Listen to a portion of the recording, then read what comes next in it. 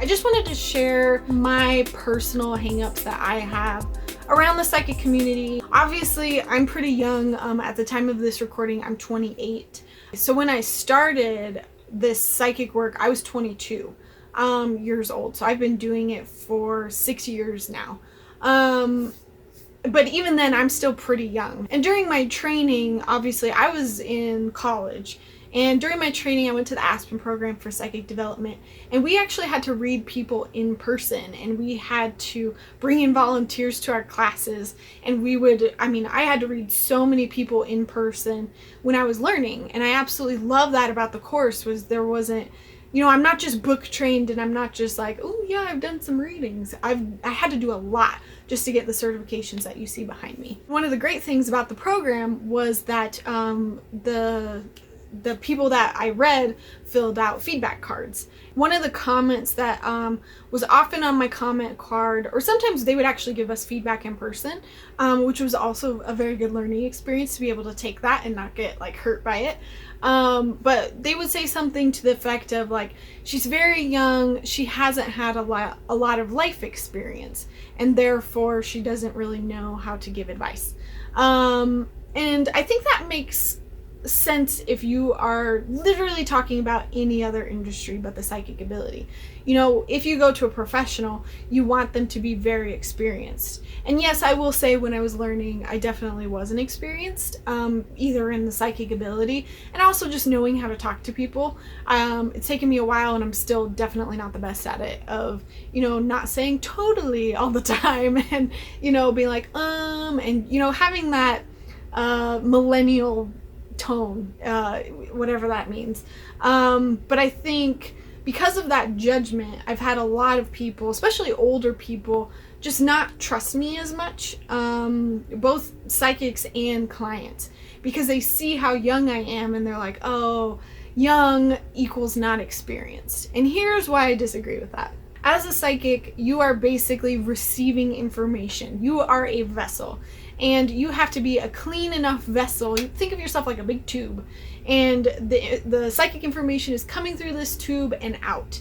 And the junkier, the clunkier, the grittier that tube is, the worse you're going to receive information. So things that can block that information from flowing are personal beliefs, if you've had any past trauma, if you're not taking care of yourself, if you don't believe in the psychic ability. There's so many things that can block your psychic ability and block this vessel. And really, the work that you have to do as a psychic is constantly keep your vessel clean, so that anytime anyone wants a reading, you are clean and clear. And another thing that I learned about the psychic ability was that I have to completely set aside my side. My ego is what you hear a lot. So I have to put Lauren over here, and I can't interpret any of the messages that I get. I just have to regurgitate it as I get it. And I think what the issue is a lot of people equivalent being psychic and that psychic information to counseling. And so when you're counseling, you're using your logical mind and being like, they have this problem. What could I do to fix it? Here's some suggestions. But that's not how the psychic ability works. The psychic ability is saying, I set aside my beliefs, my personal agendas, anything that I would personally do on this situation, I'm setting it aside, and I'm asking this source. I'm asking their guides, I'm asking their angels, and I'm giving them what they are saying. Because they're not paying me for my information, otherwise I'd be a counselor. They're paying me to have that clean vessel and give that information. So, point being, I don't think life experience is a good thing at all to have involved with your psychic ability, because any life experience I've had should be over here. That should not affect anything that I'm reading. When I'm reading, I need to be not interpreting the information with my logical mind, with my personal beliefs or my past experiences. If I'm doing that, I am not giving you psychic information. I am giving you my left brain logical interpretation of that psychic information. And I think this is where some psychics can really get into bad waters, because they will get an intuitive hit, but then they will start to use their ego or their analytical mind to fill in the rest of that. But really what I was taught to do was just keep coming back to the psychic source, keep coming back to that source. What does it say? What does it say? And never ever bring in my personal beliefs. I keep putting them over here. I can never bring those in and influence the reading in that way. The larger implication here is that accuracy is key. And so if you are more experienced, you are more accurate. And I think this is also dangerous waters that we sort of get into. If you have a psychic who's claiming to be accurate 24/7, that should be a red flag. And I've done a video on, how to know the difference between a good psychic and a bad psychic. And that's sort of one of those things on there that you should watch out for. If you're going to a psychic, they should be saying, I can be wrong. I cannot connect right. I could have a bad day.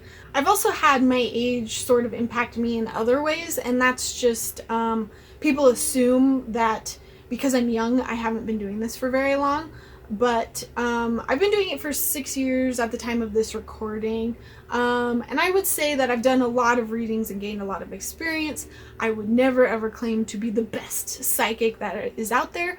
But I think, you could be a psychic who's been working for 20, 30 years and only have like 3 or 4 readings a year. And the space between and the not taking care of yourself and making sure you're a clean and clear vessel and not having that practice, that doesn't necessarily mean you're better than somebody who is doing more readings more often.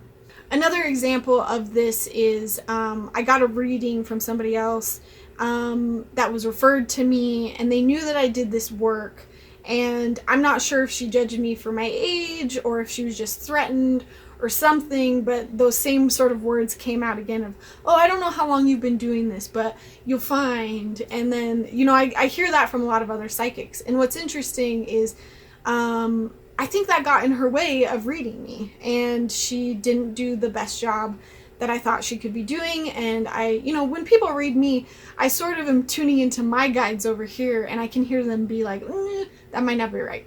And there was a few things that she said that I heard, like, that's her judgment of you. Oh, that's analytical, that's not intuitive. But this also happens with other people. I had a friend in the program that I went to, and she basically sat down for a reading with somebody else at this psychic fair that we went to. And this older man judged her for both her looks and her age, because she went to him and said, I'm doing this work, blah, blah, blah. And he gave her a reading that was when she kind of told us what it was about, it was like, I think he was judging you based off of your looks and based off of your age.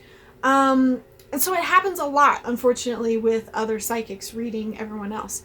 And so I think, other psychics out there, we have to remember to put that judgment aside, put that ego aside, and only be tuning into that intuitive energy, always going back to the intuitive source, setting aside our personal beliefs, setting aside our past experience, whether it be great or small, and knowing that it's how we do the work, it's how we deliver the message, that's the most important. And I think why I'm so passionate about this is people trust psychics, and I think they trust them a little bit more than they should. And it's up to us to make sure that we are being as clean and clear and unbiased and unjudgmental as possible. And I have had countless friends, or not even friends, but just other clients come to me who said, this psychic gave me a reading and it feels wrong, it feels off, and it's thrown off like their year, their month, and I can see the negative effects that psychics have on people because they put so much into what they said. So getting off my soapbox, if you're a psychic out there, if you're doing this work, remember to be clean and clear, get rid of those biases, all that kind of stuff, because people really do trust you and trust what you say. And it's okay to say, I might be wrong, I might not be connecting correctly. People will respect you more for that. Judgment of other people's experience or non-experience, judgment of how good or not good they are, and just know that that judgment, that logical left brain analytical mind can get in your way of receiving intuitive information, and we have to make sure that we are doing that correctly. And not letting it muddy up our message that we're trying to give. I hope that this kind of gives you guys some perspective on both some of the things I've had to go through as a psychic. I wonder if any of you, anyone else out there who's young, if you've had this sort of similar thing happen. And I hope that we can kind of create a better industry for us all to work in, where we're all super supportive of each other and giving the best information that we can give. Thanks so much for watching, you guys. I will see you in my next video. Bye.